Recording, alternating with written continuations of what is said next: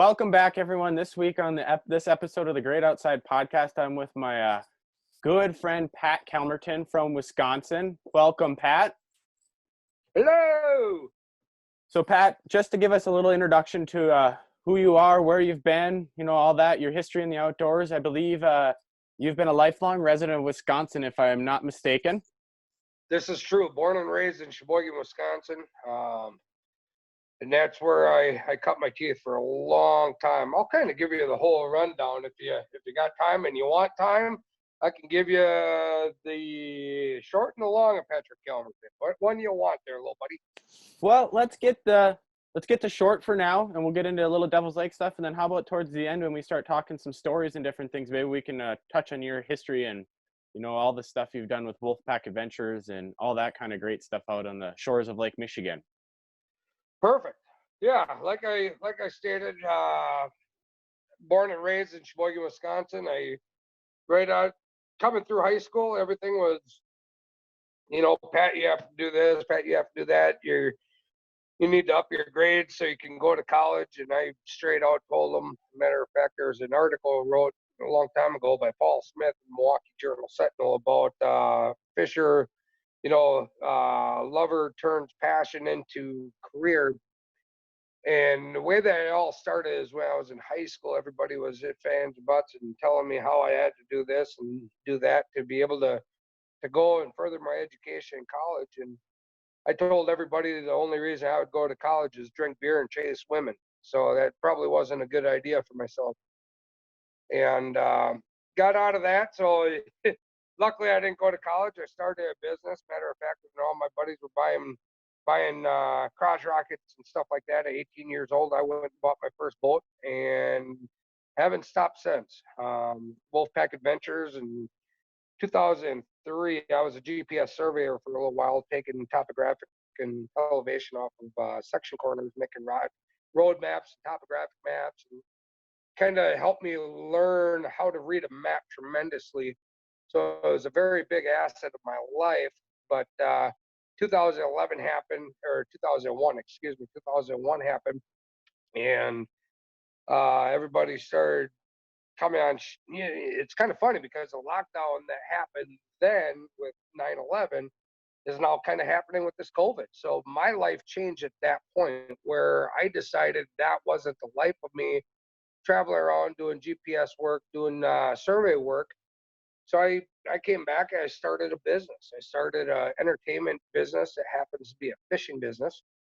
The one thing that I always like to tell people is you can always go to the store and buy a fish. You don't go fishing to feed the family. I mean, there's a misconception. A lot of people say, "Oh, I gotta go fish. My freezer's empty." Well, in reality, you are just like myself, where you enjoy fishing to the point where you do not have to go fishing to get fish to feed the family. You could go to the grocery store. The reason that you go fishing is because you love the fact that bobber down, fishy on, you get excited, it's in your blood. You can't replace that excitement level with anything in this world. You just can't. And those that have a true passion of fishing really get it. There's some in this world that doesn't like it. I get, I don't get it, but I understand it. My wife does not like fishing. She'll go on a boat ride when it's sunny and stuff like that, but she's not going to go and say, "Hey, we need to go fishing." Well, myself, I need to go fishing. That is what grounds me. That is what settles me. That is what puts my mind right in this world. And coming back to 9/11, when I decided to switch my career path and start a charter service or an entertainment business out of the Port of Sheboygan for salmon, trout, salmon, stuff like that, it grew much bigger than I would ever imagine what it would be today. It grew to multiple boats out of the Port of Sheboygan for trout and salmon. It grew to walleye boats over on Lake Winnebago system, as well as the Bay of Green Bay. It grew to 45 setups for fly fishing that we supply all the waders, all the fly rods, stuff like that for fishable lifetime, sitting in a river with the river rushing against your legs. I mean, Tanner, you've been up to Alaska, and the only thing that Sheboygan is missing for that salmon fishing, fly fishing in that river system, being a tributary to Lake Michigan, with the opportunity for, like a Chinook salmon up to 30 pounds, a brown trout up in 20 pounds, and steelhead up into the 20-pound range. The only thing that's missing really is the grizzlies that are standing right next to you while you're fishing. Uh, there's very few opportunities in this country that have what we have over here in the eastern part of Wisconsin. But to take one thing further than that, then we added our ice fishing, and we added a lot of different things. We have private ponds, family and corporate. We had, any kind of entertaining outing that you can think of, to wet a line, enjoy a beer, to share a laugh, to have some fun. That is what we try to offer as far as the entertainment aspect. And it opened up that style. Why this is so important is because that lifestyle opened up the opportunities to get into exactly what you want to talk about today.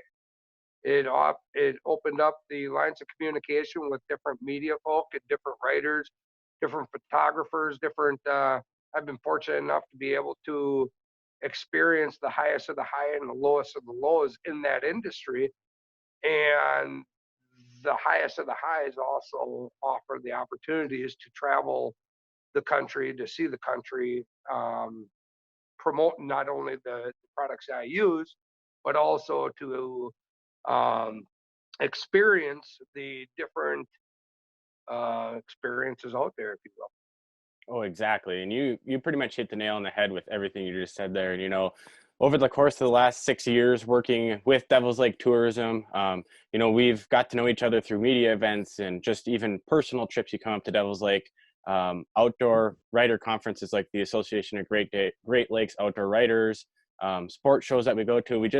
We all kind of commingle in the same realm of people. And, it's one thing that I never want to take for granted is the outdoor industry and how we connect people, and we create some of the best friendships we can. And I mean, I'm glad to and happy to be able to say you're one of my best friends through everything that we've been involved with, whether it's been a media event on Devil's Lake duck hunt we did this last fall, or heck, we were in what was it, Bismarck, Mandan 2 years ago for the Aglow Outdoor Writer Conference. So just different things like that where we get to be in the same realms. It's been great and eye-opening to be involved with this wonderful industry that we do have here. And I know I feel the same exact way you do about how you get on the water, and if you haven't been fishing for 5-6 days, or whether it's 2-3 weeks, you don't feel the same. And once you get back on the water, even if you don't catch a fish, it just grounds you and gets you back to that, I don't know, the Zen state, mental place where you need to be and want to be. And I know a lot of people have different passions that get them to those places, but for you and me alike, it's definitely the outdoors, whether it's sitting in the duck blind or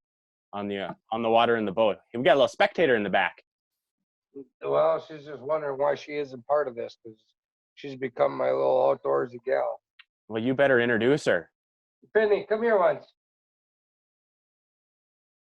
So we talk about the passion of hunting and fishing, and this one here is Finley May. She is my 6-year-old. She has been turkey hunting with me since she was 2 years old. She has been ice fishing with me since she was about 3 years old. She went down to Indiana deer hunting on her first out-of-state deer hunt with me last year down in Indiana by the Smith boys.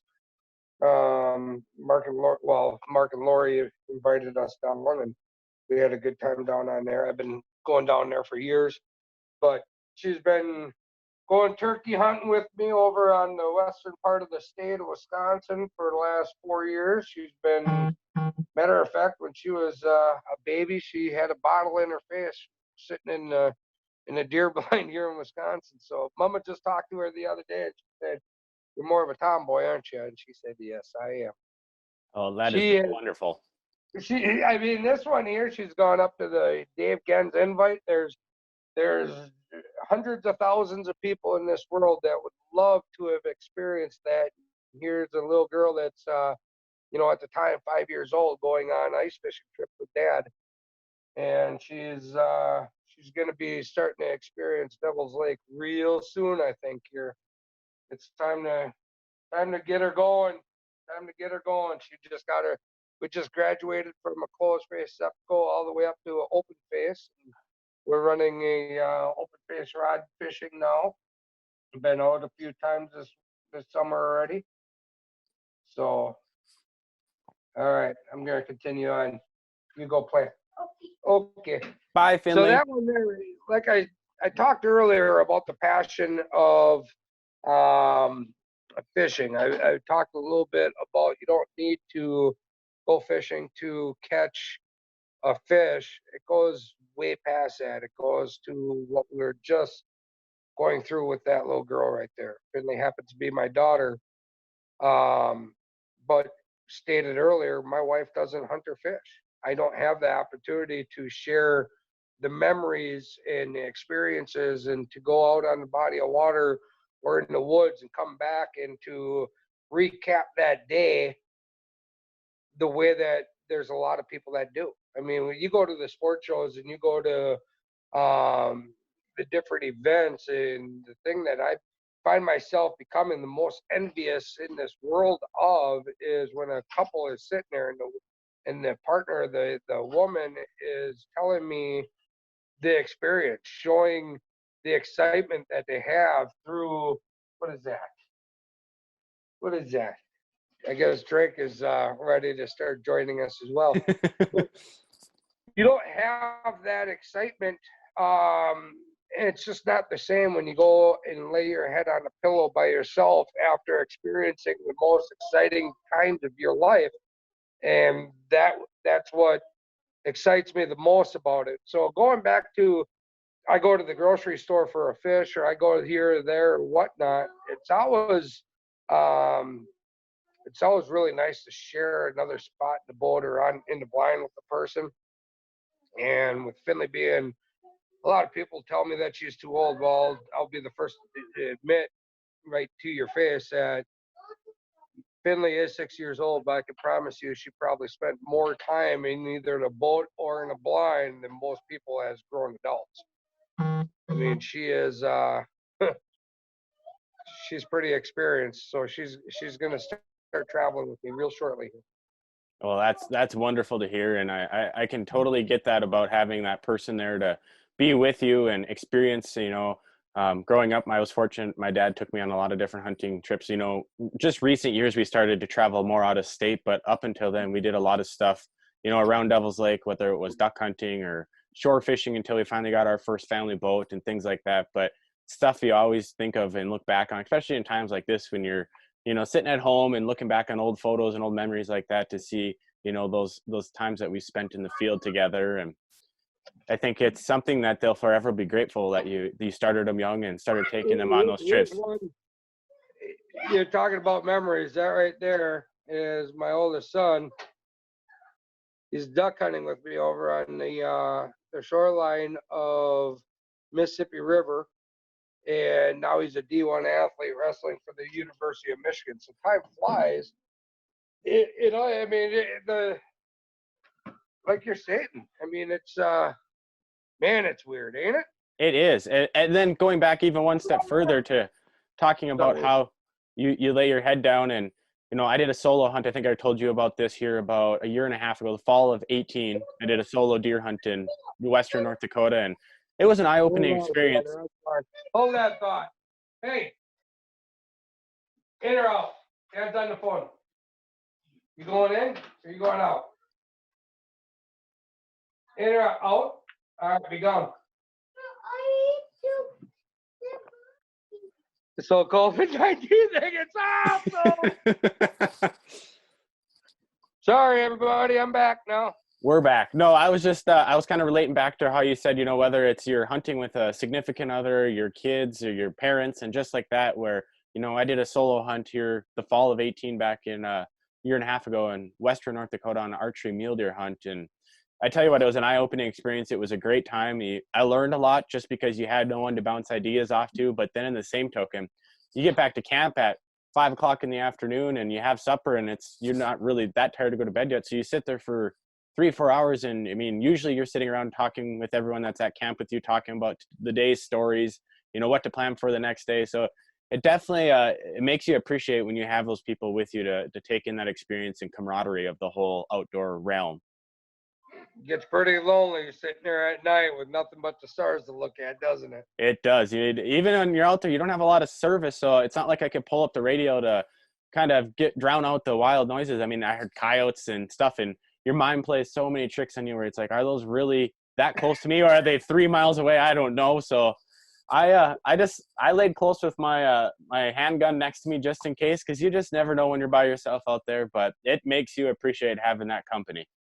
Oh gosh, yes, yes, it does. I'm looking forward to those times because there's been a lot of nights with that handgun real close to me, or one eye sleeping with one eye open. I always say. Oh, exactly. Especially when probably about 3 weeks before that, I was out with a couple buddies and we were on opening of archery season. So I think it was like the last Saturday of August or first weekend of September. And we sat out glassing for the first morning and we heard this god awful shrill down in the canyon draw below us. And we found out, a couple of buddies of mine are like, that was definitely a mountain lion shrill scream. And I didn't really believe him. And then that next week when I finally got back to phone service, I went on YouTube and pulled up what a mountain lion yell sounds like, and sure enough, that was exactly what we heard when that was not more than 1.5 miles from us. So those instances make you think, all right, I gotta never let my guard down.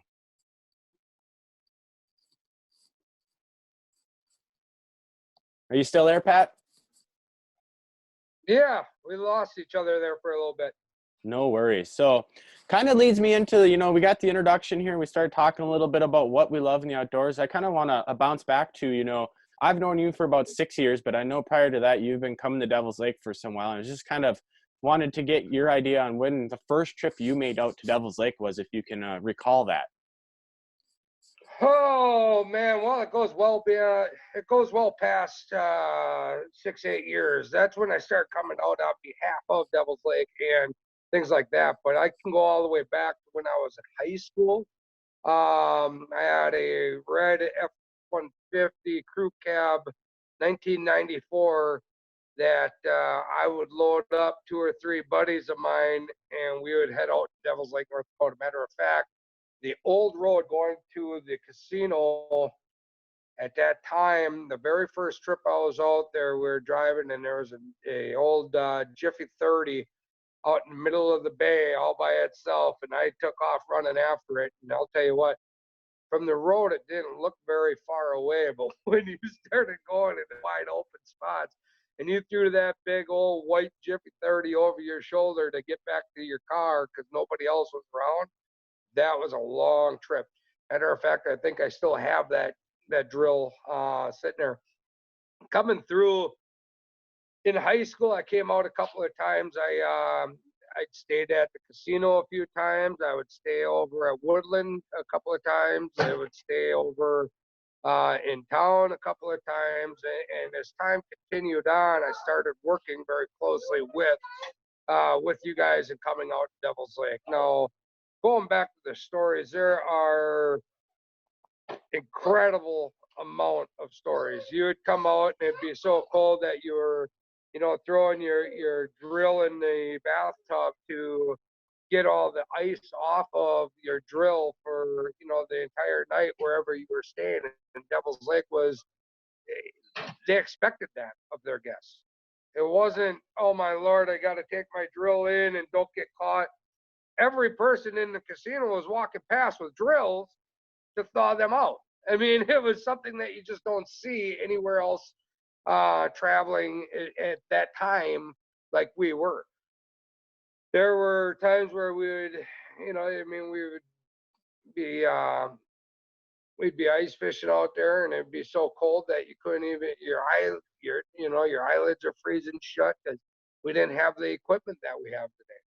We didn't have the gear that we have. We didn't have the technology that we have to keep you warm, but yet we found ourselves still coming.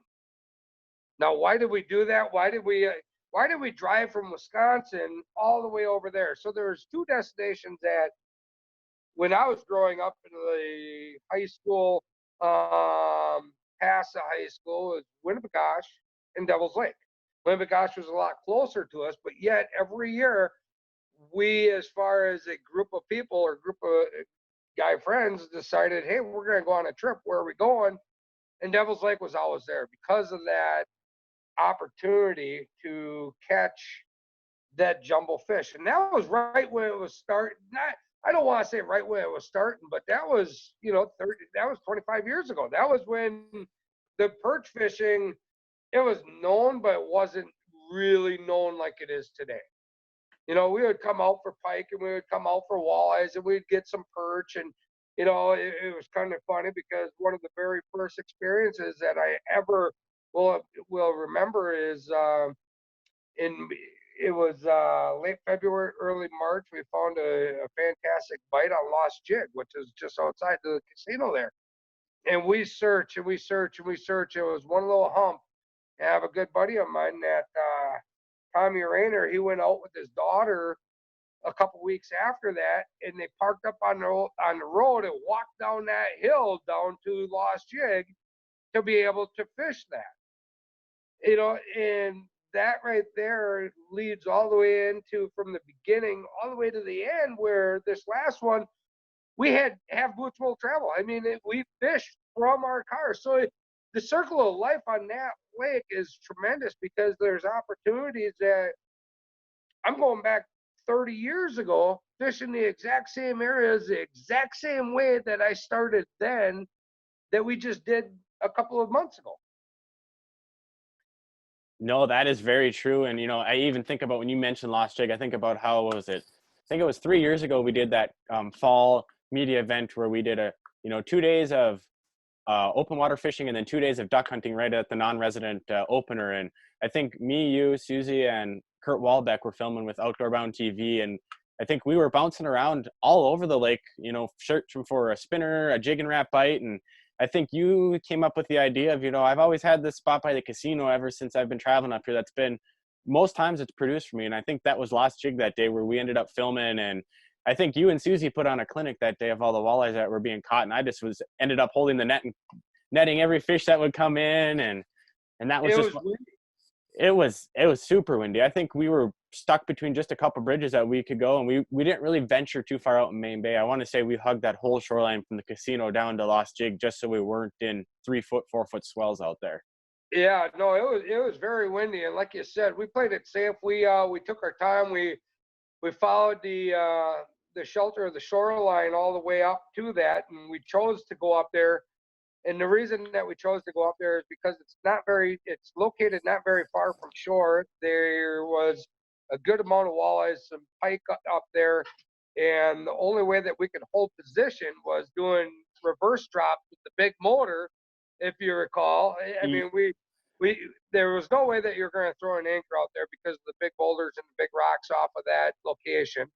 There's no way that a trolling motor was going to hold a 21 foot boat on that position with the 30-mile-an-hour winds that we were in. So we were doing a reverse drop on our big motor just to position ourselves, and it saved us. It saved us just show, But going back to that, Devil's Lake has so many opportunities and so many different areas that you can go to. I mean, that was just one of them.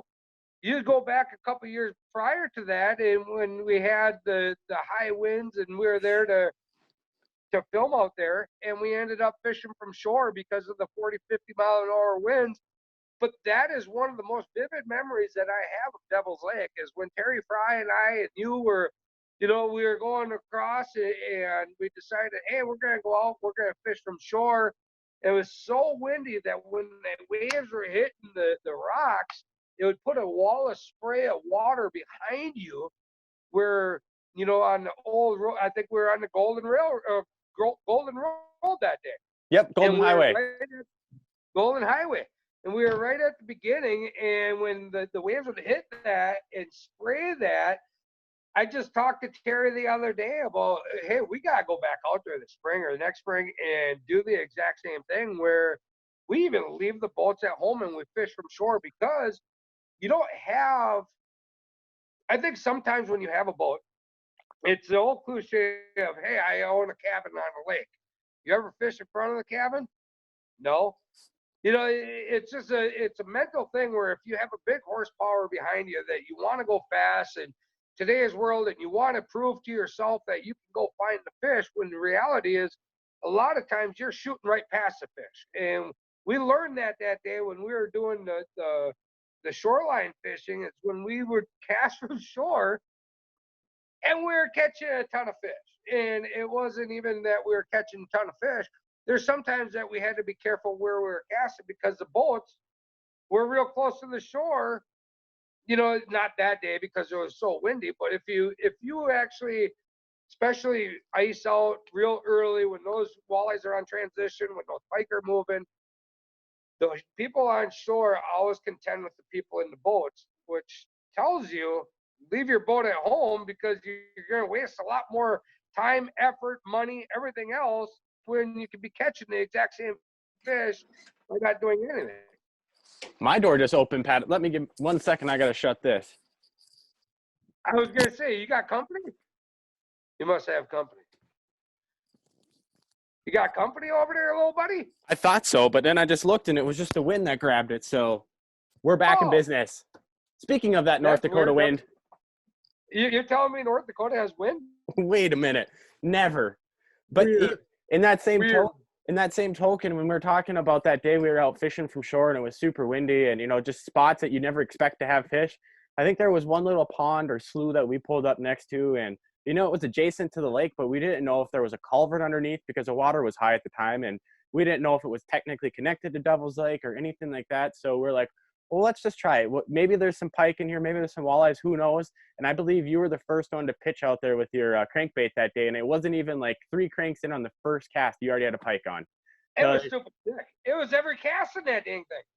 It was unreal. I mean, it just shows you that there's so many spots like that on this lake that you do not have to have a boat, especially in the springtime when that water's just starting to warm up. And, you know, what I like to watch right now, especially as this ice starts to pull away from the riprap shoreline, you'll see a lot of these pike and sometimes walleye, but mainly the pike you'll see swimming right up next to it in the open water. And it's, you know, they're in that point right there where they're not really active. They're kind of, I don't know if they're just coming off spawn or getting ready for it, but you can see them swim by and they won't even look at your bait, but you just get a full picture of what their whole, like what they're like in their environment and their habitat.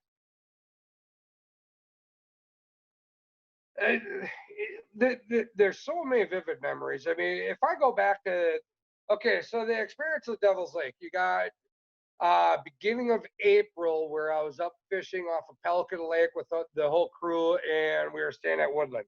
And I don't know if here I'm good. I know that you can't see this off of, you know, off of the phone call that we're talking, but all those perch up there are from that trip alone, and they're all over 2 pounds. The biggest one was just, man, I don't even know if it was just over or just under 2.5 pounds, but it was incredible because there was 4 straight drops that caught those 4 fish. And, you know, a lot of people are like, why didn't you release those fish? Well, at that time, my dad was with me, getting up there in age. I don't know how long. That is something that it was my legal right to keep those fish. I released so many fish, but it was just one after the other, and it was. Anywho, I'm happy with them. That right there tells me awesome. Another one when I start searching. Let's see here. I have what the heck duck is it here? Redhead. That one right there. So I gotta enlarge you here a little bit. That one right there. That one was caught, or that one was shot off of a slough in Devil's Lake. I mean, you have so many different memories of that lake that it is something that can never be replaced as far as you continue to go. So, all right. So people always ask me, why do you spend so much time in Devil? Hold on. Now I'm getting all fired up. I'm getting all fired up because here's why. If I didn't have a family, if I didn't have a job, there's zero doubt in my mind where my life would lead me because of the opportunities that you have to offer. And I have experienced every one of those offers over the years. I have fished out of the boat. I've fished off the ice. I have hunted sloughs. I've hunted big water. I've jumped potholes. I've spent a tremendous amount of time out in Devil's Lake. What do you want from me? Wow. That's really awesome, little buddy. All right. See you later. Anywho, I'm back with you. When you get into Devil's Lake, no matter what season that you're going, there's always a memory to be made while you're out there. If it's not the wind that hinders you, but yet you find a new way to catch fish. So you talked about that little stagnant pond off of the main lake. One of the most memorable things for me is when we walked probably a mile and a half up off of that finger on the top side of Pelican down towards that little slough, and it was so windy up there that when you would cast, your bait would actually, it would never end. It would, I mean, you put the wind to your back and you cast, and it would just continue to go. You'd actually try to cast as high as you could instead of as far as you could, because the wind would carry your bait farther than what you could cast at the beginning anyway. So you have that one. You have that time where I buried your truck, when we were water. I had to call you and go, I hope I didn't break anything on your truck, but we got her. You have those memories. You have the memories of just driving around and scouting, and it offering the opportunity for people that don't know anybody out there. The really cool fact of the point is when you're waterfowl hunting out in Devil's Lake and it's not posted, you can hunt it. That's different than, let's say, here in Wisconsin. You can't hunt anywhere that you see geese. With there, if you see a flock of geese in the field and it's not posted, I can go hunt it, not knowing who that farmer is or not knowing that area. That's really awesome. A lot of times you guys take that for granted of, oh yeah, it's not posted, big deal. But every time I get excited, it's that added element of surprise, excitement, whatever you want to call it, where, oh my Lord, there's a flock of ducks out there. Is it posted? Is it posted? It's not posted. Now my whole world and my excitement level it heightens because I know that I have the opportunity to hunt that without knowing whoever that farmer is. And there's so many people, Wisconsin, nine out of 10 times when you ask somebody why don't you waterfowl hunt, or why don't you do this? I don't know anybody that does it, or no, I don't know any landowners, or I don't know. It's always I don't know, either somebody or somebody that does it. Which you guys don't. I don't know. The memory.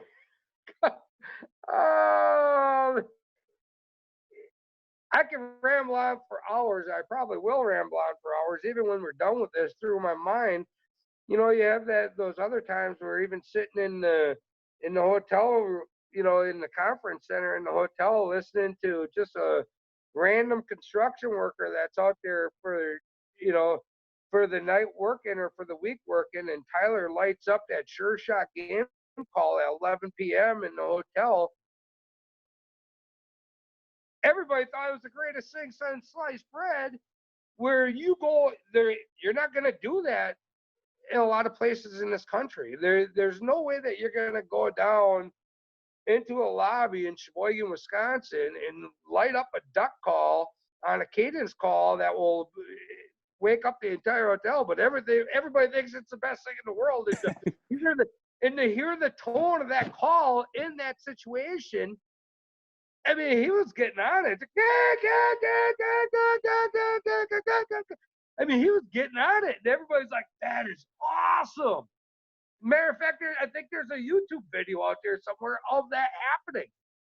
I think you're right on that. And so that was, I left the hotel by the time that had happened, but we're definitely a unique destination up here with experiences like that, where you're not going to get in a lot of places. And that just brings the element of fun into this whole aspect of all these memories that we create and the different experiences. Like I even think about the first time I went hunting with you, and I think you pulled into the Sleep In and Suites. You were coming back from a turkey hunt, I believe, in Kansas or somewhere like that. And I think I met you that first night we went scouting, and I think you guys had a little fun, and you were probably running on about an hour or 2 hours of sleep for the next morning. And, I think Rick got up 4 in the morning and made you guys breakfast when they didn't even open up breakfast till 6 a.m. So there's a lot of folks in Devil's Lake that are going out of their way to just, make these trips and experiences something that you'll never forget and have in your memory bank for the rest of your life. Well, and it creates relationships. Like you said, when I started coming out there, there was no heated dog kennels for your best friend. There wasn't the heated fish cleaning and game cleaning stations that every one of these locations have. Rick over at the Sleep Inn is always, I always treat us like family. You go on TripAdvisor, I wasn't kidding when it's like you melt into the beds when you lay into them after a long day. But you're exactly right. I was out there with Outdoor Junkies TV that week when we were hunting with those gentlemen. And I was coming from Kansas. I was down there doing a turkey hunt and with the Kansas Chamber down there. And when I was coming back, I was on empty. Matter of fact, that's when I dropped Eric Brandwright off in South Dakota on the way up. He was so sick I had to pull over a couple times with him on the way up just to get up to Devil's Lake. And it's not that I forgot about that, but it's almost one of those things where I almost overlooked the fact that Rick got up to make breakfast. That was before his staff got there. Now, Rick is the manager of the Sleep Inn in Devil.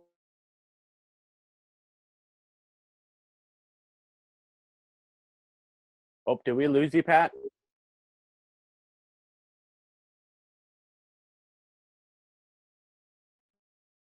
You back? Here. Can you hear me now?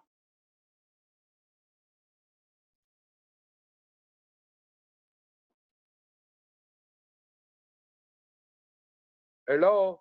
How? Hey, Can you hear me now? I can. Can you hear me? Yes, I can hear you. Sorry. No Where worries. did you lose me? We were just talking about Rick getting there before staff. Gotcha. So here you have the manager of the hotel that at 3 o'clock in the morning is going into the kitchen to make his guests breakfast 3 hours before they even think about making breakfast. And that's a hospitality all the way there. Do I keep breaking up here? Nope, you're good now. Perfect. So, there's those small, there's little things like that you forget about, or when you go out and you fish with a couple of services out there. You have bag lunches ready for you every day when you go out on a chartered fishing trip. They clean your fish. We always joke around. Matter of fact, I was just talking to Susie over at the chamber there. We always come out and we do it on your own. You and I, we always go out and we hunt on our own or we fish on our own to prove that you can do it when you're coming from out of state on your own. Where I think that in the next year or two, we have to actually spend some time and start going with some different guides to show the level of entertainment or the level of level of service that they offer, because there's a lot of places in this country that does not offer what you guys have to offer anybody and everybody. It doesn't matter if you're a family of 5 coming in and you have younger kids. Doesn't matter if you're an elderly couple that you just don't have the mobility that you used to. It doesn't matter if you're just buddies, friends, whatever the case may be. There's something out there for everybody, and that is one thing that I've learned. Another one that I have never done, and we talk about it every single year, is resident goose hunting early in the season. Well, maybe this year, Pat, is the year we get that early Canada goose hunt in. I think we're going to need a few hunting trips once we get through this whole situation right now. And that's one of my favorite because you know what? Sunrise is so early in August that you're done by 10, 11 in the morning and heck, get in, have a quick bite to eat, grab an afternoon nap and hit the evening walleye bite. And you can get a true cast and blast where you're not, we've done cast and blast before where it's late fall, mid fall, but you're crunch for time, where if you do that early Canada goose hunt in August and you still get out there, you've got plenty of daylight to get that cast and blast or the Devil's Lake surf and turf, as we like to call it. I definitely want to add that to a bucket list because it's something that I think it's a trip of a lifetime for anybody that is truly a outdoors fanatic, be a man, woman, child, whatever the case may be able to experience all of those in such a fashion that you have to offer. I mean, it's not even going out for one or two geese. You can get a good quantity of geese during that time. You can, and then the beauty for guys like you that are non-residents, it doesn't count against your. I want to say it's like a 14-day window or something like that, where you get 2 7-day periods with your non-resident waterfall license. So it kind of gives you that opportunity to make a couple trips out in the fall for bird hunting. And I was thinking about how we were talking about outdoor junkies and the waterfall hunt we did, and one of my favorite memories, which I thought was absolutely absurd, and I will say it to this day, I was blown away by how well it worked. But I remember that first morning, the water got froze out where the birds were roosting at overnight. And so the birds that were coming into that field we were hunting ended up moving to a different part of the field that was closer to the open water. And so we were not necessarily in the right spot or the X where you want to be. So I remember you saying, well, let's just grab a robo-duck and run to the edge of the shelter belt and just throw a robo-duck out in the cornfield about 30 yards from the shelter belt. And I'm like, we'll try it, but I don't think there's any way in heck that this is going to work. And lo and behold, I think almost half to not 3/4 of the birds we shot that day were just sitting on an edge of a shelter belt with one lone robo-duck sitting 30 yards away from the trees out in the cornfield. And things like that are just, not only was it just funny how that worked out, but it's, to this day, I think about that when, we've got a spread of 3 dozen, 4 dozen Bigfoots out and 3 robo-ducks going, and we can't get birds to commit. But heck, one day we took one robo-duck and nothing else, and that's all it took. Yeah, no, it's funny that you say that because that was in the middle of the damn snowstorm that we hunted through. It Right? was. It was. And that was that time when, the ice was building up on the power lines, and we're like, what in the heck is that sound? And it was just the vibration of that and the power lines swinging, and it was Oh, absolutely miserable. it was so cold. We threw the packs across our back and we took off because we didn't have any layout blinds. We didn't have nothing. All we had were, a duffel bag under our necks. Or I was in my turkey pack that time and sitting up doing that. It was so cold. Oh my Lord, was it cold? Yeah. No, I definitely remember that. That there, for instance, is again hunt of a lifetime. We've hunted sloughs, we've hunted fields, we've hunted lakes, we've matter of fact, now that we start talking about it, I think I was over there hunting more than I was fishing, to be honest with you. At least in the last 5 6 years. And just a incredible area. You talk about the different opportunities. Well, the now what let me ask you this, since I have you on the phone. Now, Devil's Lake is starting to lose some water, correct? We are. I would say, since the all-time flood high was back in about 2012 or so, we probably went down 4.5, 5 feet since then. But Mhm. this last fall, was pretty wet up here, and we had a fair amount of snow. So they are predicting still that we are going to see about I want to say it's about a foot to foot and a half, upwards of 2 foot rise this spring. So we'll be going up a little bit, but yeah, we've definitely been receding. And a lot of the reasons that water has come down is we have the 2 outlets running, but it's more so just, we've had a couple summers where it's been more of a drought up here, and Devil's Lake being more of has a higher alkaline content, saltier water, and the vast majority of the lake is probably under 15 feet. So it has a very high surface area that gets easier evaporation when we do have those drought times. But all in all said, we've been holding up fairly well with our habitat for the walleyes and perch and the pike. And, we've even had some crappie starting to show up. So things have been great, and we've been really enjoying it while we can up here. Well, the reason I'm asking is in my sick and demented mind, I think it's going to offer a lot more food sources as far as the vegetation around ponds for waterfall all spring. Where I think that your nesting is going to see an increase. It could be just my sick and demented, thinking, but I think next fall or even the fall after is going to be tremendous bird hunting. I think you're right. And, I don't know if you watched last week's podcast. I had Kyle Blanchfield from Woodland Resort on, and he was talking about how back in the 50s, Devil's Lake was just a small little slough marsh back then and not near as much water as we have now. And he said we used to have millions of divers that would come into the lake at that time. And I just look back and think of how crazy that would be, because we think there's a ton of ducks right now, but it was nowhere near like it was in the 50s and 60s. But no, that migration has shifted a little bit more west, and we're seeing a lot more diverse birds coming into the area, not just your typical mallard pintails, but we are getting a lot more divers that are staying on Devil's Lake. And we stay open longer in the fall than a lot of other bodies of waters in North Dakota. So I think we're in tow for a pretty good couple falls coming up here. Huh. I guess I never even thought about, all that. Now, what does your spring snow goose look like? Do you guys have a migration of springs?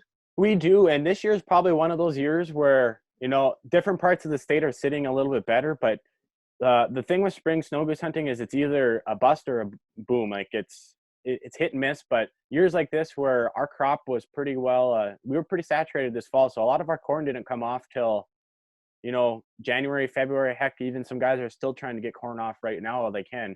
So we didn't have a lot of crop that got, per se, ate out over the fall. That some of these flocks of snow geese can come in and you get a couple 100,000 in a section of land in 2-3 days. It can eat all the food right off of there was left over from spillage. And having that corn not come off as early come in spring, and we've had some nicer spring days where we've had some snow melt and some open fields, so there is the food there for them right now. So no, we've generally have a pretty good migration come through here come spring in North Dakota.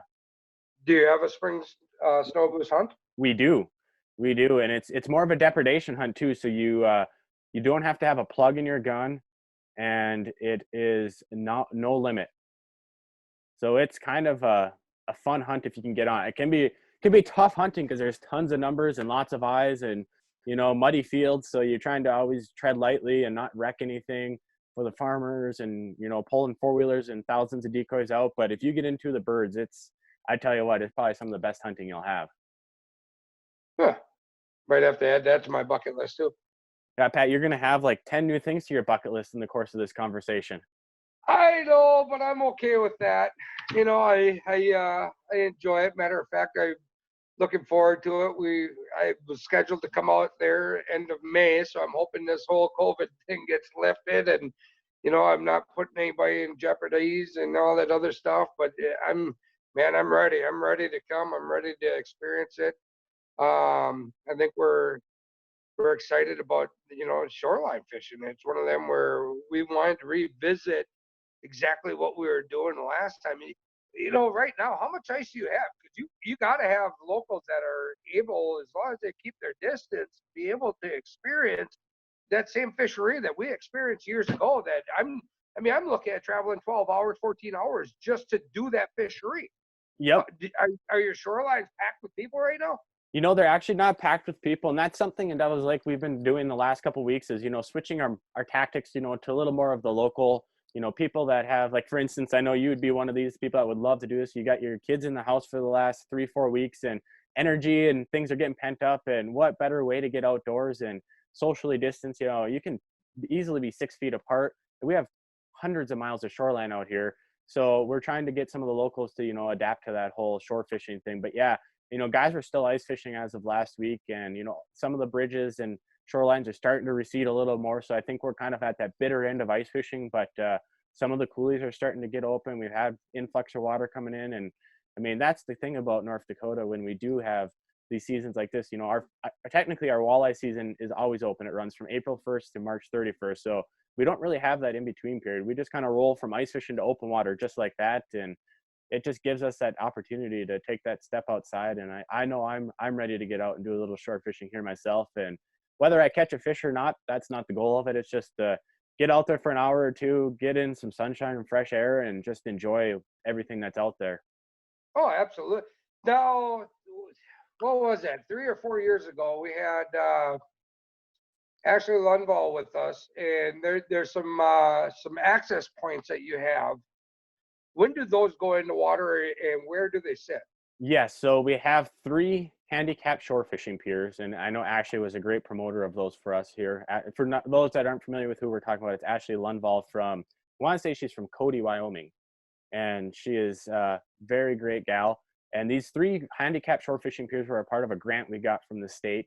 It was the Outdoor Heritage Fund, I believe, is where we got the funding from for these 3 piers, and they are located in actually 3 really good spots for fishing. One is Channel A. So if you go, if for those that are knowing where 6 Mile Bay is in North Dakota or in Devil's Lake, you take that channel that goes north of there, about 3-4 miles north of Highway 2, and that's where the first shore fishing pier is. Our second spot is the Henniger Boat Landing, which is the north end of Creel Bay, and that's a great area, especially with the pump that is up there. When you get some moving water, it's a great shore fishing spot. And then the third spot is south of our Super Walmart, out on the east end of Devil's Lake. We have a great spot out there where it's another, there's a playground up there. But all 3 of those spots, and for those that aren't familiar with where I'm talking about, our website, which is devilslakend.com, has all of those shore fishing piers marked and labeled on there, so people, can access and utilize them. And usually those come in, we're talking mid-May, once our boat ramp docks go in. It's not very long after that we get those moved in, but it varies every year. But hopefully, if things open up and whatnot, by the end of May, we'll have all those in place for shore fishing. Now, what is the targeted species of it? And the only reason I ask is because I know that there are some people that are kind of curious about, or they just aren't familiar with them. I know that you guys do a great job promoting them and how they are. Are they better for panfish? Are they better for, do you have the opportunity for pike? So the opportunity with these piers, just like anywhere on the shorelines of Devil's Lake, you're going to be targeting 2 things. It's the walleye and the pike. And, like some of the videos I've been talking to people about, spring tactics on Devil's Lake, which and I know is super simple. You're talking just either like a 1/4 ounce jig with plastic paddle tails on there, or a crankbait like a small Selma Hornet or a Rapala, just simple shad wrap or anything like that. And the beauty of that is you're going to catch northern and walleye mixed in together, and it's just a mixed bag of species. And a lot of guys are afraid of catching or keeping pike, but I think right now, especially in the springtime, when you have that cooler water, that those fish are just as good as walleyes. And as long as you can get the Y bones out of them and keep 5 of those fish, like it's something that's very underlooked by a lot of folks. As well as pickled pike. Your cold water pike, it's a little firmer meat, as well as, if you're looking at a fish for pickling, the pike, they're just tremendous. And they're perfect size. It's not like you're going to be, you don't have to keep the 40s or whatever if you do happen to get lucky enough, but you have a lot of those 5-7 pound pike. We do. And the thing I like to tell people that are looking to target those fish or the walleyes is, I know this little tip too, is to tie up an 18-20 inch, leader fluorocarbon, whether it's 10, 15, 20 pound fluorocarbon, and because you're going to get a lot of pike. It seems like sometimes, like when I put the boat in and I go up to Pelican Lake and spend an afternoon pitching shorelines, it's like you'll catch 5 pike to 1 walleye, and I will never be mad about that. But it's like those 5 pike will definitely do damage to your line. So if you have that leader on there, it seems like when you do get that walleye, you're not going to break that line or miss that fish. And the beauty of it is a lot of these spring fish are sometimes, we like to call it CPR, catch, photo, release, but it's a great chance to catch that trophy fish or that once in a lifetime fish that you do have the opportunity. And I love shore fishing up here. Yeah, going back to, when we had the high winds and we were devastated that we weren't going to be able to get out on the boats for safety reasons. It was 100% safety reason that we decided, hey, we're not going to take the boats out. We don't want to call somebody's family and tell them that we made the bad decision or whatnot. But of all the trips I have done out there, and I bet you there's over the, I don't know, I'm well over 50, I think, between, so many years of going back and forth and everything else. But one of the most memorable is shoreline fishing. The opportunities to go out there, cast from shore, just you wake up in the morning, you don't have any batteries to charge, you don't have any gas to buy, you don't have nothing to do other than grab a rod and go. And there's usually other people that are fishing those areas, so it's a telltale sign. You don't have to go buy the fancy electronics. If you do have, we did. Now there's also a video out there that you and I were driving around with a contour map on the dash of our car just by taking our graph out of our boat with the chip in it. Yep. There's so many, and you don't even need that anymore. They have Navionics. They got all that stuff. Yeah, and it's super simple. And there's a lot of locals in Devil's Lake. You talk in spring, summer when sunrise is 5, 6 a.m. You get out there at first light and literally just grab a rod and a bucket and some simple lures, maybe a tub of leeches, and you could have your 5 walleyes before 7 a.m. Get home, clean the fish, hop in the shower, and you can still make it to work by 8 a.m. And I don't know a lot of places where you have that opportunity, or the inverse goes. There's a lot of times you got to plan a day ahead, or like, okay, I'm gonna be Thursday after work, I'm gonna take the boat out and go fishing for 4 or 5 hours. Well, usually Wednesday, you're like, all right, I'm going to get everything planned. I'm going to throw the rods in, make sure everything's tied up, make sure it's filled up with gas. Like you said, the trolling motor is charged. Well, heck, now you can do spur of the moment. It's 6:30 at night and you're like, I'm done sitting on the couch. I want to get outside and go fish for a little bit. Well, you just grab a rod and either grab that tub of leeches on the bait shop on your way out of town, or just throw a jig on, and you're fishing in a half hour. And it's just so diverse up here that you can almost literally fish Devil's Lake however you want with whatever presentation you prefer. Now, with this COVID that's going on, are your bait shops able to stay open, or do you have access to bait for those that do want to go in that area? We do. So some of our bait shops, have adjusted hours. Some are still open. The best thing I can tell with people with those that are, looking to fish is our Visit Devil's Lake, North Dakota Facebook page and Devil's Lake Chamber Facebook pages are the two places you'll want to go to. We've been sharing multiple updates on there every day on, local businesses that are either closed for the temporary time being or have adjusted hours. Like every state right now, all of our restaurants are takeout only, and they've been great to adapt to that, and we're just trying to keep things running as smooth as we can. But no, the opportunity is still there to get out and get outside for a couple hours and definitely take in some shore fishing that's right around the corner. Mm-hmm. When's this whole thing gonna lift, Tanner? Am I gonna be able to come out there soon, or what? I sure hope so. I'm just as antsy as you are to get out, and I really hope it's in the next month and a half here. I know they're not promoting people to come across state lines and all that other stuff, but it drives me crazy, man. I drives me crazy. I know. It's a crazy world we live in right now. But I'm not doing very good. Well, I have it plugged in, and apparently my cord don't like that. What were you saying? I'm back with you. I was saying it's a crazy, crazy world we live in right now, but I'm ever so thankful to have the outdoors to really, even just a walk around the block helps set my mind back at ease, and just fresh air. And I'm very fortunate that I was in a family that raised me growing up, whether it was, we started hunting a little bit later in my childhood career, but I've been fishing since I've been ever been able to hold my little Spider-Man rod, and to really shape the person I've become today. And I wouldn't probably be who I am or where I am without all of the outdoor experiences that I've had growing up. Right. Well, I'm envious of you guys that are out there because you have the opportunities and the resources that we just don't have. I mean, it's really pathetic when I live this close to the Mississippi River and Wisconsin River, but the flood levels are so high that you can't safely put the boats in. We got the railroad tracks that you're not supposed to walk across because it's owned by the railroad company, and I mean, there's so many little, the opportunities that you guys have out there. I don't want to say you take for granted, but I think that there's a lot of people in that area that look past what you really have. And the fact that this is what I do for a profession is hunt and fish, but yet I'm driving 12, 14 hours when I go on my own.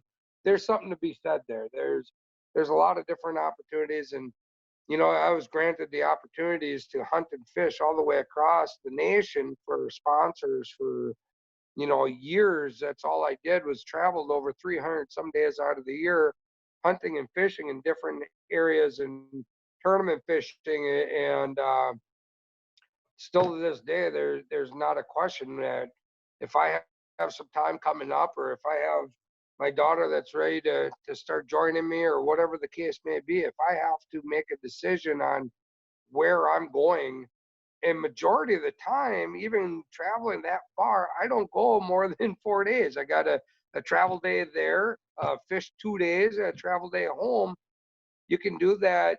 I don't want to say anybody and everybody that can do that, but you have either vacation or you have a extended holiday weekend or whatever the case may be. But those that live closer to you, it just dumbfounds me on how um, maybe that area is just that big that I don't see everybody that's out there doing it, which very well may be the answer to that. But I mean, I've always found ample opportunity to be able to do what I wanted to do, and especially now more than ever with this COVID thing that's going on, that you guys have that many miles of shoreline, it doesn't pose any harm to anybody by doing exactly what we're talking about. Oh, exactly. And, we were talking about this last week too. I get asked a lot when we go to sport shows, everyone's like, we hear about Devil's Lake so often. And, just the amount of people we know person that travel up there and we see it on shows and this and that. And they're like, does it ever get crowded? Like, is it overwhelming? Is there, whether you go, especially during the ice season, you literally can go anywhere on the lake. And except for a few small areas where there might be some, more than 10 or 15 houses together. But other than that, Devil's Lake's virtually uncrowded. There's, right now 145, 160,000 acres of water and probably 50 to 55 miles east to west of shore. And it's just, you can virtually get away from everyone out there. And that's what I truly love about it. That's crazy. If you never jig down a chimney, you can do that too. Or hid under a barn during a thunderstorm or rainstorm. Oh my it's Lord, diverse. that's crazy. That is crazy. Well, make this thing go away so I can come out there.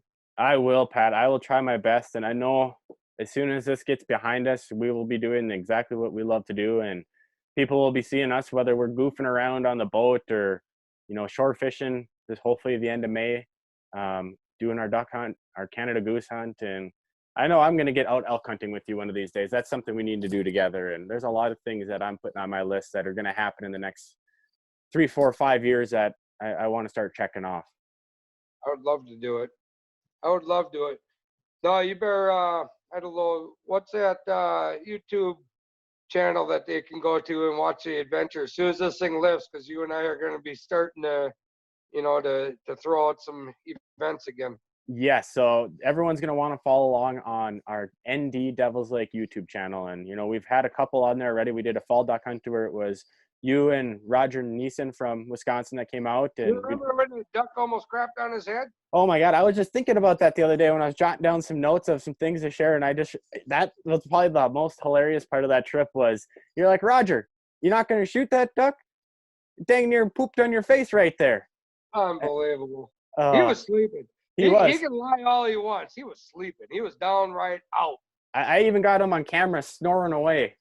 So yeah, we've got that trip we recounted on YouTube. So we've got, I think it's a 3-part series where it talks about, coming in the Devil's Lake from the scouting to, going to the sporting goods store and getting your license and getting ammo and, meeting the farmers, just getting permission, how we scout, what we do. And we did it in 2 different ways where we did a field hunt one day and then we did a transition slew the other day.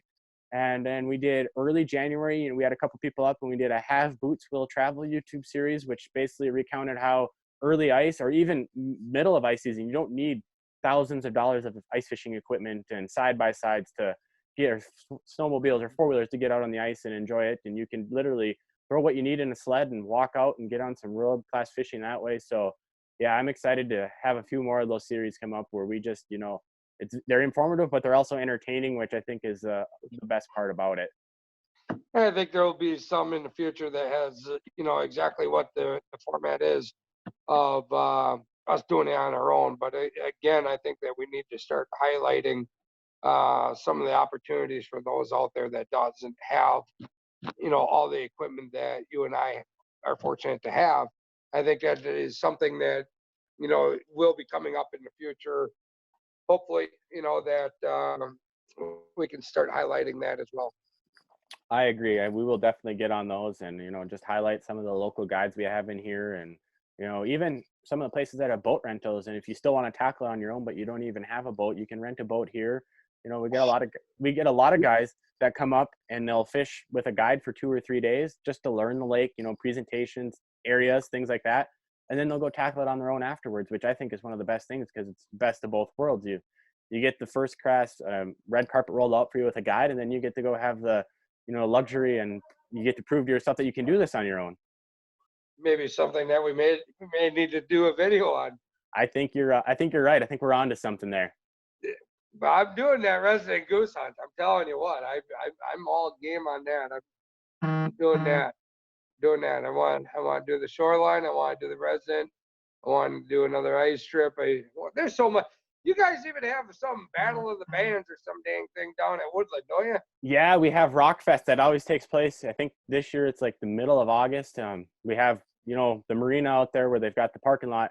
Kyle has and Dickie at Pros Lakeside out there rolling a big semi trailer, and they have 2 nights of, you know, one night's country music and one night's rock and roll music with tribute bands and all kinds of stuff, and it's gated off.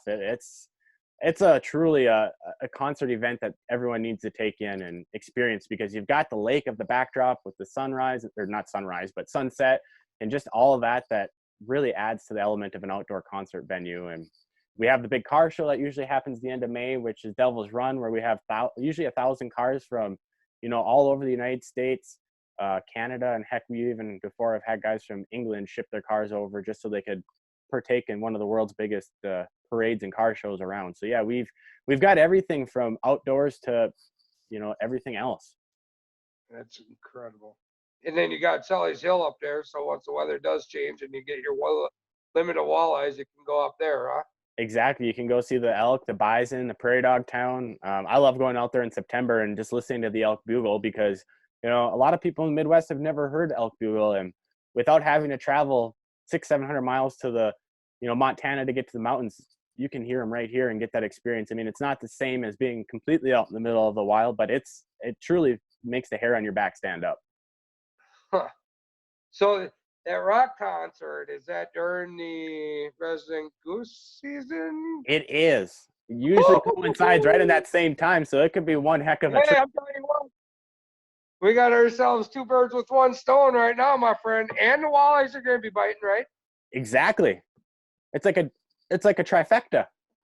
Sounds like a trifecta to me. I think it needs to happen. It's gonna happen. We're gonna. I think it needs to happen. I think that one there is I think that one there needs to happen. Absolutely. But I suppose I probably took up your time there. Can you still hear me? Did I lose you? Oh, I'm back. Hello? Can you hear me now? Hey, hello. It's like the old Verizon commercials. Can you hear me now? How about now? Yeah. Hello. Hello. Oh, man. Yeah, lift this thing and let me come. Let's do this. I agree. I agree. And thanks for coming on, Pat. It was so great to hear your perspective on Devil's Lake and the stories. And, you know, I think people are going to be entertained with what we come up with over the next year here with some different trips we do in Devil's Lake and following along in our YouTube channel. Sounds good, buddy. I appreciate you letting me on. And of course, you know how I like to talk about the experiences that I enjoy. And I know that when you told me that it was going to be about an hour, I knew that wasn't going to happen. It was going to be about that. So. Well, hey, it just gives someone out there an extra hour and a half of content to listen to about the outdoors and take their mind off everything right now and just daydream a little bit, which I've been doing a lot of lately. Perfect. I'm in. Perfect. Well, thanks for joining me, Pat, and you and your family stay safe out there. And I look forward to when you travel back to North Dakota and we get on the shores and pull in a few pike and walleye together. You too, little buddy. I'm looking forward to it. I'm ready. So am I. Well, you take care, and it was great catching up with you. Yes, sir. Talk to you soon. Take care.